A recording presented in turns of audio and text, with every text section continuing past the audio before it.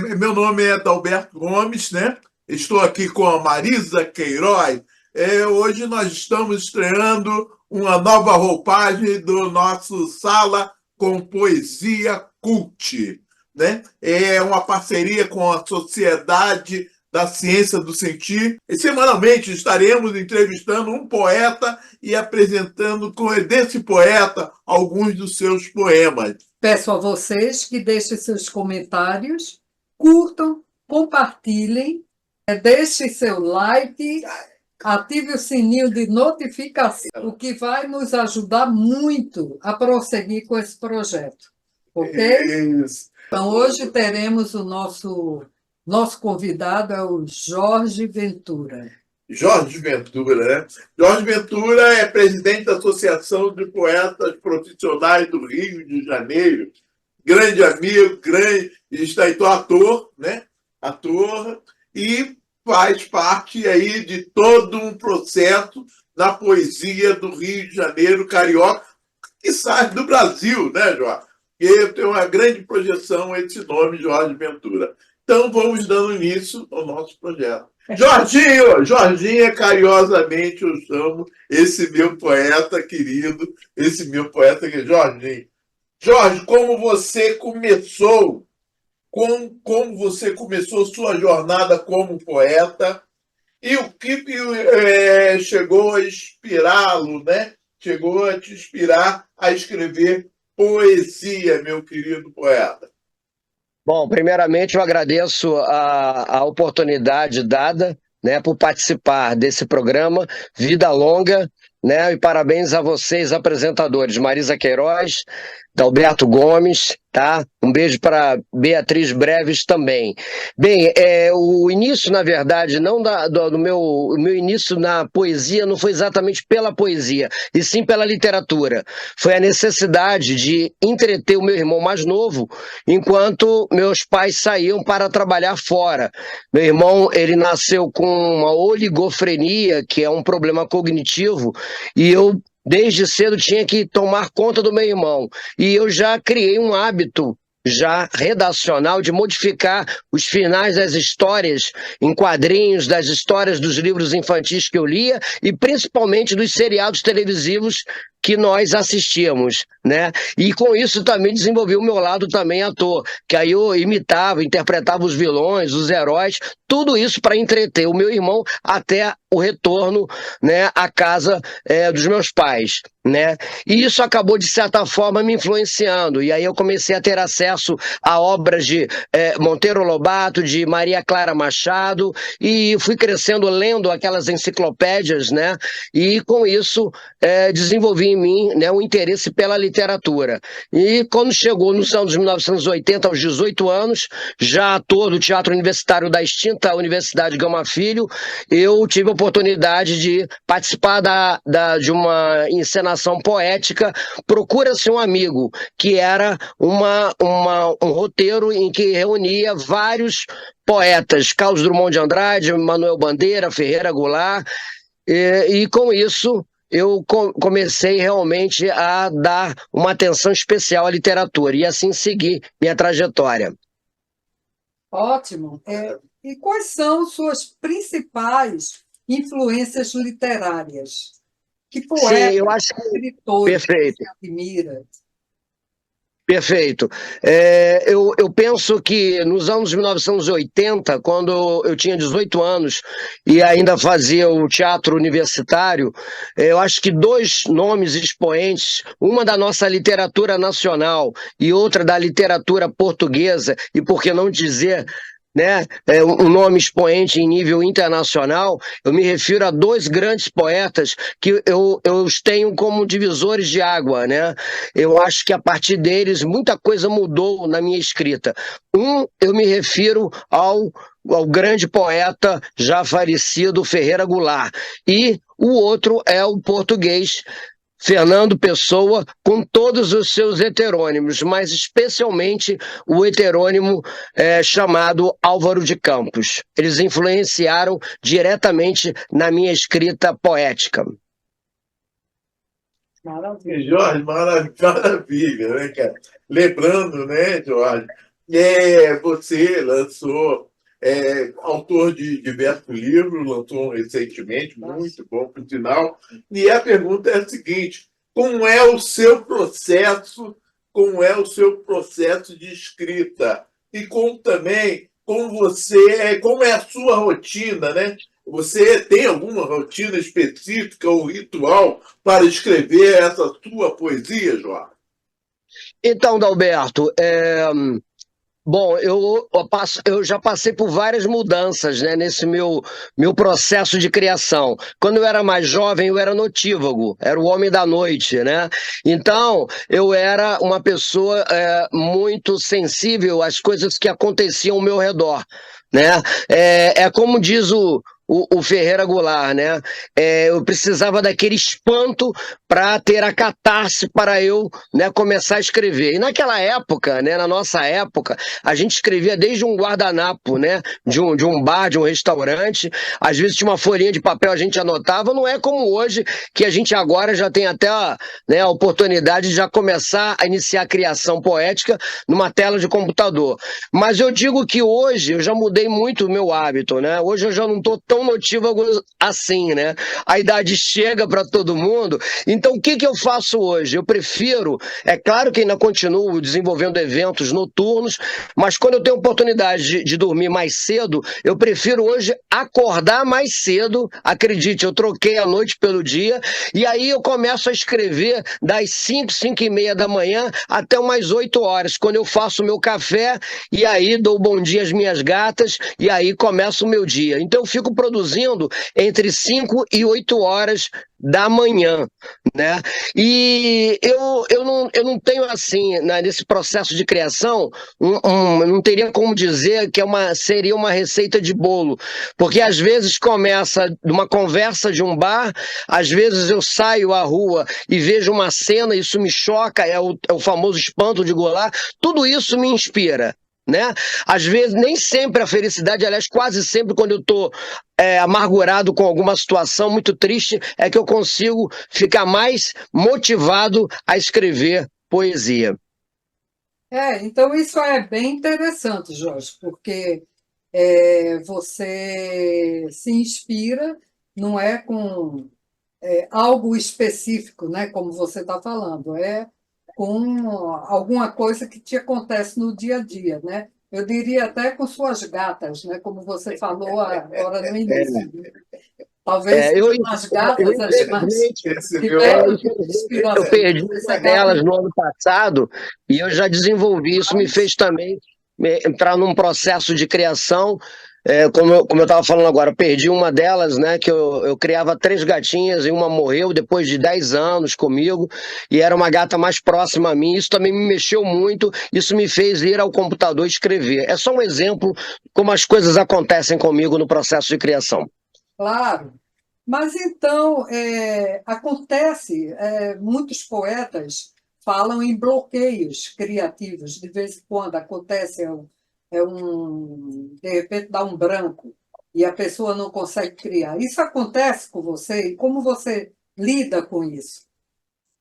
Então, Marias, isso acontece sim comigo e eu penso que com todos que têm essa sensibilidade poética. No meu caso, eu procuro entender os sinais, né? O momento, se o momento está bloqueado, está nebuloso e eu não consigo desenvolver sequer um verso, eu prefiro entender hoje que não é para eu escrever. Eu prefiro entender que quase sempre, quando vem um verso ou outro e eu não consigo desenvolver aquele poema, é porque eu sei que esse poema só será construído daqui a algum tempo. Esse algum tempo pode demorar dias, semanas ou até mesmo anos, né? Às vezes eu só vou entender o que um verso ou outro nasceu, né, na minha imaginação, depois que eu começo a fazer o escopo, né, a primeira estrofe. Isso tem a ver diretamente com os bloqueios que nós temos de vez em quando, né? Quando a vida está muito estressante, né? E a gente está com aquele bloqueio que é muito natural, às vezes a gente não consegue desenvolver, né, um texto. E para que não seja um desabafo, porque senão aí não é literatura, porque para a gente escrever, a gente tem que entender o momento e transformar aquele momento, aquela dor, numa dor coletiva, senão não é literatura, né? Senão fica uma agenda íntima, perdi minha namorada me abandonou, vou escrever sobre isso. Você está escrevendo um texto, né, com sentimentalismo, né, profundo, mas não necessariamente você está escrevendo literatura. Então, literatura é você pegar talvez esse momento, mas transformar num sentimento que todos poderiam estar no seu lugar ali naquele momento, ou seja, trabalhar o seu eu lírico, o seu sujeito poético. Mas às vezes o bloqueio não deixa isso. Então hoje eu respeito os sinais. Se há algum bloqueio, acontece isso inclusive com projetos de livros, tá? Às vezes eu estou bem para terminar um livro, aí tá faltando assim o quê? Faltando talvez 2 ou 3 poemas, eu não consigo concluir. Eu falei, então não é o momento de eu concluir, vai ter no momento certo. Então eu acho que isso acontece com todo mundo e eu procuro trabalhar da melhor maneira possível isso. Depende do feeling, né? Do feeling. Isso. Jorge, meu poeta, você, no caso, como presidente da Associação de Poetas do Rio de Janeiro, né? A pergunta é a seguinte, e também, né, presidente de uma editora, Aventuras Editora, grande, onde eu cheguei, tive o prazer de lançar um livro pela sua editora. A pergunta é, como você vê o papel da poesia na sociedade atual e como também a pergunta é, você acredita que ela pode ter um impacto nessa sociedade, um impacto significativo, Jorge? Olha, eu acredito nessa fé. Eu acredito, eu tenho uma frase muito autoral que diz o seguinte: a poesia, ela tem a capacidade de transformar realidades adversas. Agora, veja bem, a poesia não vai botar comida na sua mesa. A poesia não vai lhe dar um emprego. A poesia não vai lhe dar um carro. A poesia vai motivar você a ver o mundo de outra forma, né? Para que você parta, né, tenha a iniciativa, né, de transformar essa realidade caótica, essa realidade adversa, numa realidade favorável. E eu acho que ela é incentivadora, sim. Aliás, a arte como um todo, né, a poesia está inserida aí na arte em geral. Eu acho que todo artista tem em sua função essa capacidade de transformar realidades adversas, não só suas, mas também de outras pessoas. Eu acredito muito nisso, sim. Beleza. Maravilha, maravilha. Jorge, você tem trabalhos, né, junto, colaborativo com outros poetas, né? E você acha que isso influenciou, de alguma forma, a sua escrita? E quais são os seus planos como poeta para o futuro? Então, eu tive boas experiências, né, em coautoria. Eu penso que essa pergunta tem a ver com obras em que eu estive participando como coautor, né? Eu posso contar aí mais ou menos umas 3 obras que eu tive a participação de outras pessoas. Então você acaba trocando muito, né? E acaba, eu não digo influenciando, mas você pode de alguma forma aprender também com o outro, né? Eu acho que eu deixo um pouquinho do meu legado e eu recebo também um pouquinho do legado desse coautor, dessa coautora. Eu tive experiência com 2 coautores, o Paulo Chacon, né, em livros de estudo jornalístico, e com a nossa querida amiga poeta Val Melo no e-book A Violeta 19, uma transmutação pandêmica. Então essa obra, Violeta 19, uma transmutação pandêmica, foi um trabalho, né, escrito a 4 mãos. Isso trouxe realmente uma aprendizagem muito grande, uma troca muito grande, porque era um momento muito ruim, que é aquele período mais agudo da pandemia. Então isso me trouxe também algumas mudanças na minha escrita. Eu acredito que também na Val também. Sempre há um amadurecimento com isso, né? E projetos. projetos. Sim, eu sou um homem sempre de projetos. Se eu não tiver um projeto, um desafio, vocês podem me beliscar porque eu já não vou existir mais. E eu já tenho, sim, eu lancei no ano passado a obra Outras Urbanas e já estou preparando um outro projeto que deveria ser para esse ano, mas eu acredito que não vai dar tempo e nem fôlego financeiro para eu produzir esse projeto. Então, provavelmente será para o ano que vem. E justamente, Jorge, uma pergunta vai interligar essa, que eu vou lhe fazer, vai interligar essa aí. Como você lida, Jorge? Como você lida como poeta, produtor, editor e ator também, né? Como você lida com crítica ou os feedbacks, né, negativos em relação ao seu trabalho? E como também isso afeta a sua escrita de alguma forma, Jorge?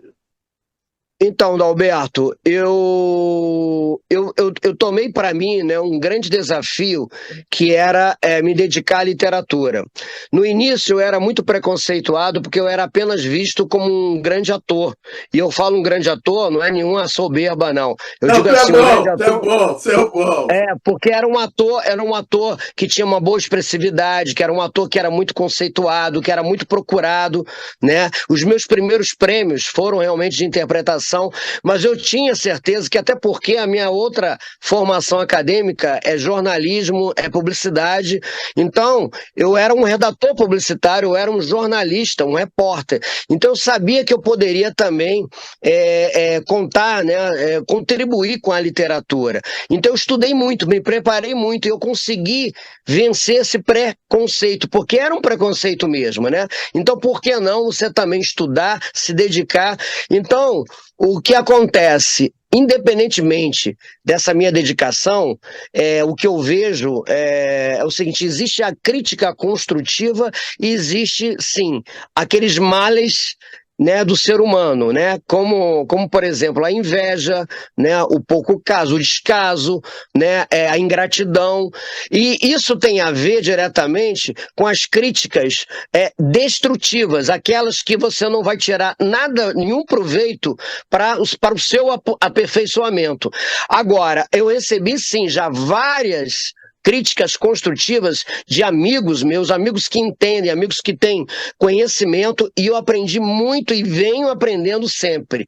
Eu digo que escrever e atuar é o tempo nominal gerúndio. Eu estou atuando, eu estou escrevendo, eu estou aprendendo. A gente nunca sabe tudo do que escreveu, a gente nunca sabe tudo do que já atuou no palco. Eu acho que a arte como um todo, a literatura como um todo, a gente está sempre aprendendo, produzindo, aperfeiçoando. Então é sempre importante a gente ouvir a opinião de quem entende, de quem nos respeita. Principalmente nos respeita, porque você pode até fazer uma observação de um trabalho de outrem, mas sempre respeitando. Falou, olha, aqui eu achei que você poderia ter ido mais, ou aqui, né, um pouquinho menos. Agora, isso é uma crítica construtiva, e isso eu levo comigo como uma aprendizagem. Agora, as críticas destrutivas, cada vez mais eu me afasto de pessoas assim, porque isso não leva a nada, só a estresse. E no início, quando era jovem, eu ainda me importava um pouco, mas depois, com a idade, a gente vai ligando aquela setinha do F, sabe? E tá tudo certo, e vamos que vamos. Vamos que vamos, né, Jorge? Valeu. Foi ótimo. Jorge, você como editor também, presidente do APERJ, qual a principal diferença do Jorge Ventura, poeta e escritor, né, em relação ao Jorge Ventura, editor e presidente da APERJ? Então, Marisa, existe um ditado que não é meu, e eu tomo esse ditado sempre como um lema de vida, né? O melhor amigo não é aquele que está ao seu lado sempre nas horas mais difíceis, porque isso é obrigação de todo e qualquer amigo. O melhor amigo é aquele que suporta o seu sucesso, né? Então, por que eu estou abrindo essa resposta aqui com você para dizer isso? Porque o Jorge Ventura, poeta, é o querido, é o amigo, é o sempre procurado para os saraus, é tudo lindo, maravilhoso, porque tudo vai para o campo, né, da beleza estética, da beleza poética, da arte, da troca da poesia. Quando chega a figura do presidente da APERJ, a Associação Profissional de Poetas no Estado do Rio de Janeiro, eu tomo uma outra postura. Por quê? Porque o senso organizacional, o senso disciplinar tem que prevalecer. Por quê? Porque você tem que ter uma visão macro-administrativa de como coordenar uma entidade literária que agora, está por completar 35 anos de existência. Existência e resistência literocultural. Então, para você estar à frente de uma associação, eu já estou no meu 4º mandato, olha, você precisa realmente ter essa postura, é um senso organizacional. Então, você tem que realmente saber delegar, saber coordenar. Isso não é como é que eu posso dizer, um perfil de todos. Nem todo bom poeta é um bom administrador, é um bom diretor, porque às vezes só sabe lidar com a escrita. Eu tenho esse privilégio, acho que o Papai do Céu me deu esse dom para eu dividir muito bem isso. Agora, o editor é mais delicado ainda, porque você conhece o outro lado do autor. Aquele mesmo autor, a poeta, que é seu coleguinha, que toma chopp com você num sarau, quando você está na lida profissional entre o autor ou autora e o editor, porque existem outros valores que são jogados ali, existe muito capricho do autor, da autora, por aquele seu projeto, então eu tenho que embarcar na viagem do autor, mas também tentando passar a minha experiência técnica, né, como editor, né? Então, e outra coisa também, tem uma coisa que é muito delicada, que aí envolve o quê? O aspecto financeiro. Isso é uma coisa muito delicada. Quando você começa ora, vai custar tanto, você tem que pagar tanto, aí eu acho que o assunto fica meio, né? Aí, poxa, mas não é mais aquele Jorginho que eu tô acostumado a tomar o chopp, porque isso tem a ver com o próprio projeto editorial. Então, a postura do editor, ela é diferente realmente do presidente da APERJ e do poeta. Do poeta é maravilhoso, aliás, eu não queria sair dessa esfera, mas às vezes, por força de circunstância, né, às vezes a gente tem que tomar outras posturas também. Então o editor, você tem que ter a competência, a obrigação de deixar sempre o autor seguro no seu projeto, sempre orientando da melhor forma possível. Então acho que a diferença é essa, a diferença é postural. Uma, você está dividindo a mesa de bar, vai ser chamado no sarau, troca ideias, cada um fala o seu poema. O outro é o presidente da APERJ, que tem que ver cada um delegar função para cada diretor, senão a coisa não funciona, senão a coisa não sai. E o editor é essa troca bem próxima com o autor, com a autora, que não pode ser diferente, né? Então é isso. Isso, Jorge, foi muito bom esse teu relato, mas agora eu vou lhe fazer, né, o tempo hoje, como foi tratado aqui, nós temos o tempo curto, nós vamos fazer. Então, eu vou lhe fazer uma última pergunta, e após essa pergunta eu quero um poema seu curto para fechar essa nossa entrevista. Maravilha. Jorge, se você pudesse voltar no tempo, o que você tentaria mudar na sua trajetória litero-artística, né? Dalberto, o que eu mudaria é quase que um conselho, é uma dica para quem está começando a escrever, né? Essa pergunta é muito boa. Eu estudaria mais ainda, me prepararia muito mais antes mesmo de me lançar à escrita. Então, eu aproveito e dou um recado para quem está começando. Antes de querer desconstruir qualquer coisa, aprenda a construir primeiro. Então, eu acho que é muito natural num jovem que tem aquela rebeldia natural, aquela rebeldia artística.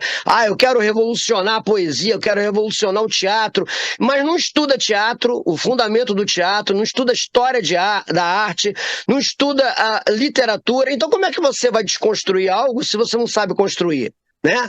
Então, por exemplo, o garoto, eu acho soneto um saco. Como é que você acha um saco se você nunca estudou o que vem a ser um soneto ou tentou praticar? Porque para você dizer que é um saco, você tem que ter tentado, né? Então, eu acho que se eu pudesse voltar no tempo, eu estudaria ainda mais do que hoje eu ainda venho estudando, cada vez mais. Entendeu? É esse o recado que eu dou aos mais jovens. Procurem estudar cada vez mais o cânone, as técnicas, para depois, sim, desconstruir. Porque você só vai fazer o seu nome de forma autoral, de forma singular, se você souber realmente fazer.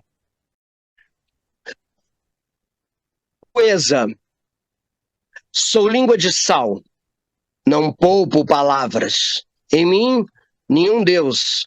Em mim, só um homem que peca e execra, e desfeito em dores, sobrevive a quedas sem nenhum pudor. A sorte, me atrevo, só creio em meus atos. Vejo o que não devo, o osso em vez da carne. Uau! Um beijo.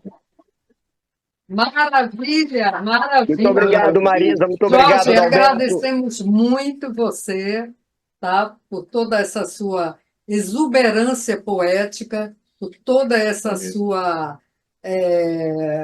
sensibilidade e muito obrigada mesmo. E lembrando aqui a todos os espectadores, né, que ele estará na nossa plataforma, Instagram, YouTube, com vários poemas durante uma semana inteira. Tá bom? Que maravilha, que maravilha. Muito obrigado pela oportunidade, tá? Que vocês me Obrigada, concederam. Obrigado, Jorge. Obrigado Valeu. a você. Obrigada. Você ilustrou muito, não só como um poeta de consideração nossa, do peito, né? Mas como também um grande poeta na literatura carioca, Rio de Janeiro e do Brasil inteiro. Parabéns, Jorge. Muito obrigado, Muito obrigado. por esse nosso pontapé inicial dessa Na Sala com Poesia Cult. Parabéns, Maravilha. parabéns, Jorge. Parabéns. Muito obrigado.